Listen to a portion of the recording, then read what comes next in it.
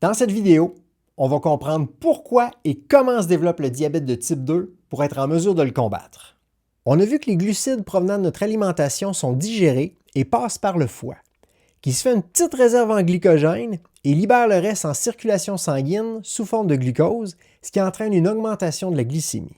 Le pancréas, qui joue le rôle de thermostat de la glycémie, détecte la hausse et libère l'insuline, la clé qui permet de faire entrer le glucose dans les muscles et d'en mettre un peu sous forme de graisse dans les cellules adipeuses. On a aussi appris que le glucose dans le muscle, s'il n'est pas utilisé, va être transformé en glycogène. Et attention, c'est un détail très important, pourra jamais en ressortir. Le glycogène musculaire pourra être utilisé seulement pour servir d'énergie lors de la contraction musculaire, donc en faisant de l'activité physique.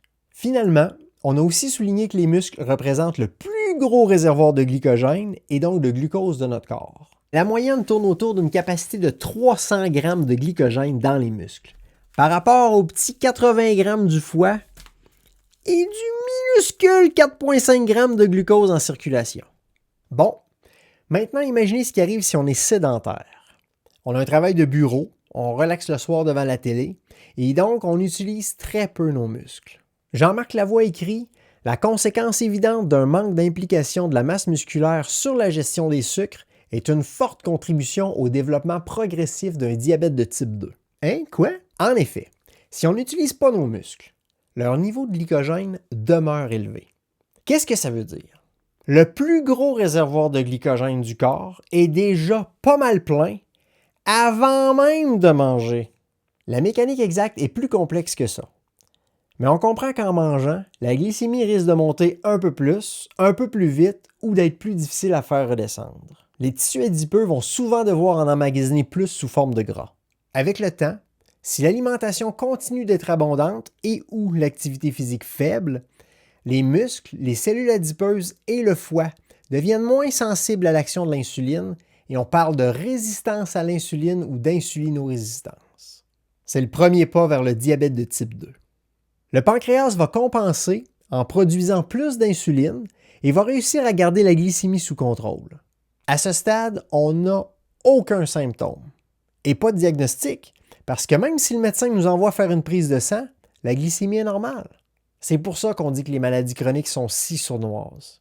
Elles vont se développer pendant des années sans causer de problèmes apparents en passant sous les radars. L'étape suivante, l'intolérance au glucose. C'est quand la résistance à l'insuline est devenue tellement grande que le pancréas n'arrive plus à compenser. Autrement dit, il y a trop de glucose dans le sang, même si le pancréas fonctionne à plein régime. On commence à le voir sur les prises de sang. La glycémie se situe entre 5,6 et 7 mmol par litre à jeun et on parle de prédiabète. La lumière rouge est allumée. Il est grand temps de réagir. Si on ne modifie toujours pas nos habitudes de vie, le pancréas va finir par s'épuiser et va produire moins d'insuline. Évidemment, la glycémie continue de monter, mais la situation est encore pire. Je vous disais dans la dernière vidéo que la production de glucose du foie est contrôlée par l'insuline. Le foie interprète maintenant la baisse d'insuline comme un signal du thermostat qui indiquerait un manque de glucose et ajoute encore plus de glucose en circulation. Là, on vient officiellement de perdre le contrôle. À quelque part dans le processus, on passe au-dessus du 7 mmol par litre à jeun et on est diagnostiqué diabétique par le médecin. Je résume. Nos muscles représentent notre plus gros réservoir pour recevoir les surplus de glucose sanguin. Mais si on ne fait pas assez d'activité physique, le réservoir demeure relativement plein et avec le temps, ça va devenir de plus en plus difficile de trouver de la place pour le glucose excédentaire provenant de nos repas. La première étape dans le développement du diabète de type 2, c'est la résistance à l'insuline ou l'insulinorésistance, qui pousse le pancréas à produire plus d'insuline pour compenser et garder notre glycémie normale. La deuxième étape, l'intolérance au glucose ou prédiabète, c'est quand la résistance à l'insuline est trop grande et que le pancréas ne fournit plus. La glycémie demeure haute, entre 5,6 et 7 mmol par litre à jeun, même si le pancréas sécrète un maximum d'insuline. À l'étape finale, lorsque le pancréas s'épuise et produit moins d'insuline, le foie est induit en erreur et se met à envoyer encore plus de glucose dans un sang déjà trop sucré. La glycémie dépasse 7 mmol par litre à jeun. Après le diagnostic de diabète de type 2, le médecin va probablement prescrire une médication pour essayer de limiter les dégâts.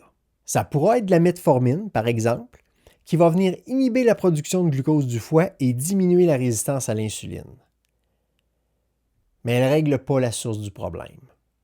Maintenant, comment régler la source du problème et combattre ou éviter le diabète de type 2? Clique ici.